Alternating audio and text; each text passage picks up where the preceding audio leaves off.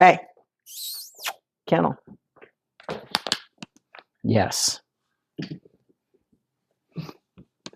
So she knows this, right? What I want to do is just kind of wait for her to assume a position and then pay her for that. Since mostly now, recently it's been down, or sit, I'm sorry.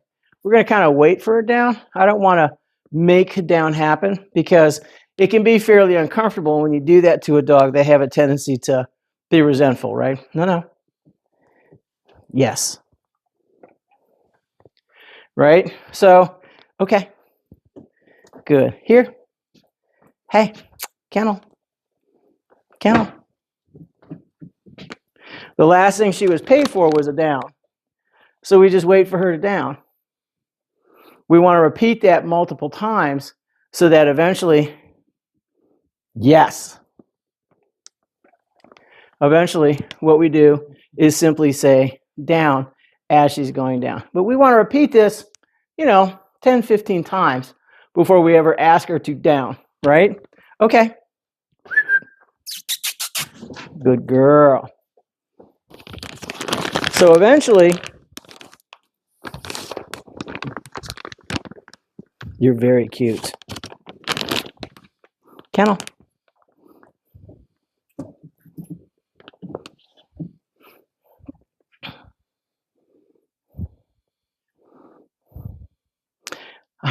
I'm worried.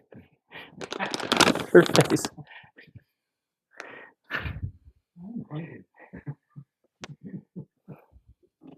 Yes. Right? So, and basically, because we've already habituated lying down and being comfortable. We've already habituated retreat to this location. We've already habituated the whole stay component in sit. So now all we're doing is expecting her to do it in a down, right? Okay. Good girl. Here, lass. Kennel.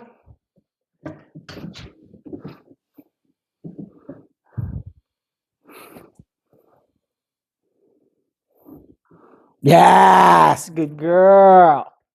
Right? So it's fairly quick. Once she starts understanding, the faster she does the thing, the more reinforcing it becomes. Okay. So we're going to assume that she's done it multiple times, right? Kennel. No, kennel. When she starts doing it rapidly is when I want to start laying down the down command, right? She's still holding hope that I'm going to give it to her for just retreating to the kennel. We're going to wait. Yes. Okay. Come on. You can come this way. It's okay. No. Kennel.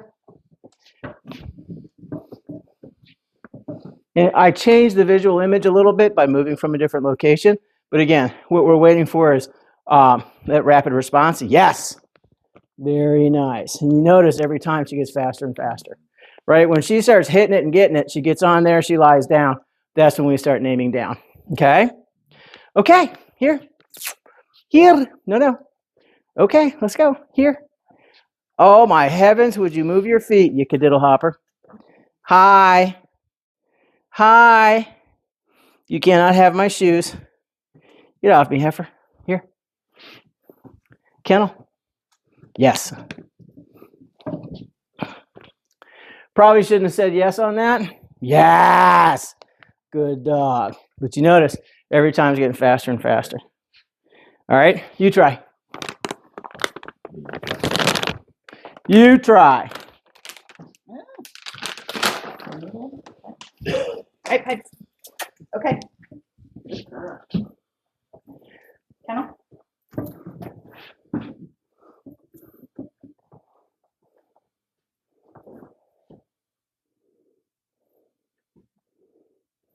Yes. Good girl.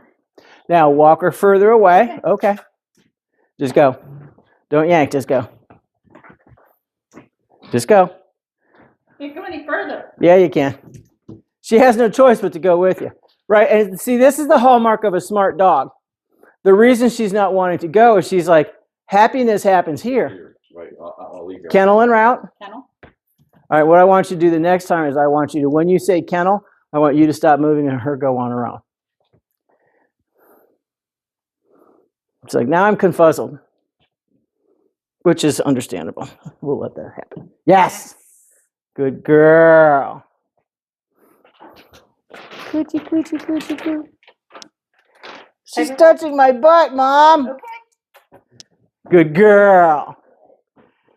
No, while you're en route, tell her kennel. Kennel. Yes.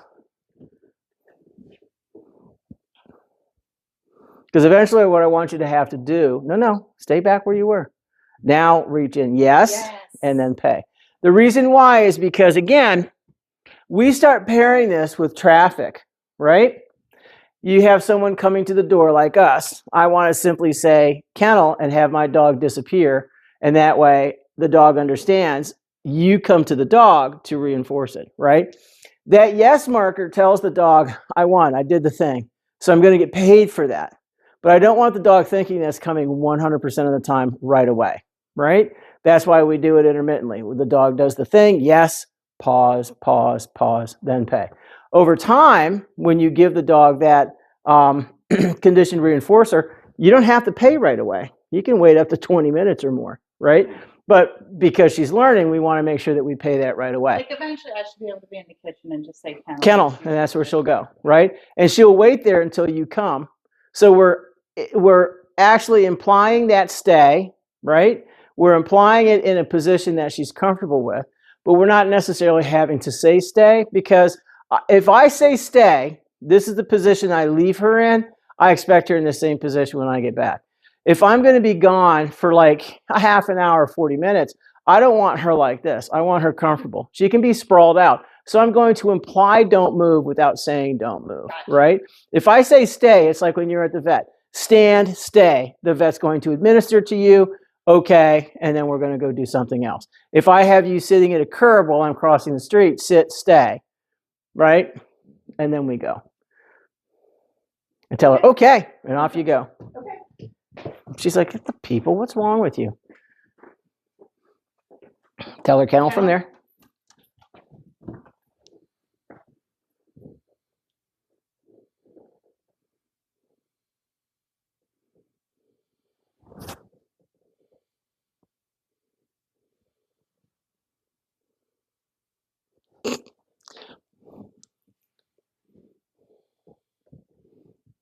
Yes, good girl.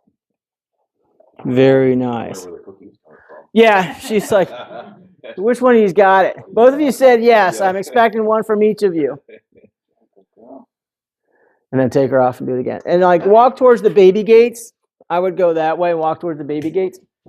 Okay. Just go, just go. Right, you said okay once. She just basically needs to understand that that's her release. Now, you're not going to send her from that far, but you're going to tell her kennel from there, and the minute she starts walking in this direction, you're going to stop moving and let her go. She's eating my coat.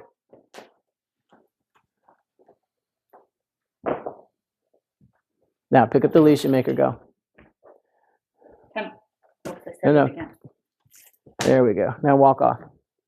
Drop the leash. Yep. And we're waiting for the same behavior, right? So, and again, you know, this is fairly accelerated. Normally, we wouldn't do this until, you know, like a day or so of practice where the dog is repeatedly going to the place, lying down, and then we're paying that. Tell her yes from there. Yes. And then walk in and pay. And that's how you build duration, right? So, and again, we want to make sure that we're building three things at one time. The distance she has to travel, the length of time she has to stay there before you give that marker. And you always need to make sure that you are traveling to her to pay her. Because we're not necessarily teaching stay, we're teaching patience. I want you to remain where you are until I come and get you, right? That way, and again, because if reinforcement only happens here, she's going to be like, if I wait long enough, the thing I value is going to come to me, right? I don't want to go and seek it. I want it to come to me. Right, so you never say okay, and Yeah. you in the kitchen give her a treat. Essentially, this is basically room service. Now, as she matures, you can release her remotely, okay, right? In advance of something you know she's going to want, like she wants to greet the guest, or maybe your daughter or your son come home and she's like, I just want to go and see them. That's fine. You can say okay. But 9 times out, 100% of the time while she's in training, we're delivering reinforcement on location, room service. Anything after that, basically, Ashley becomes more proficient and understands the difference between okay, which is you are free to leave this behavior and wait until I come for you, right? Because yes is the marker that delivers pay, right? Okay is the marker that says you're done with this, we're moving on to something else.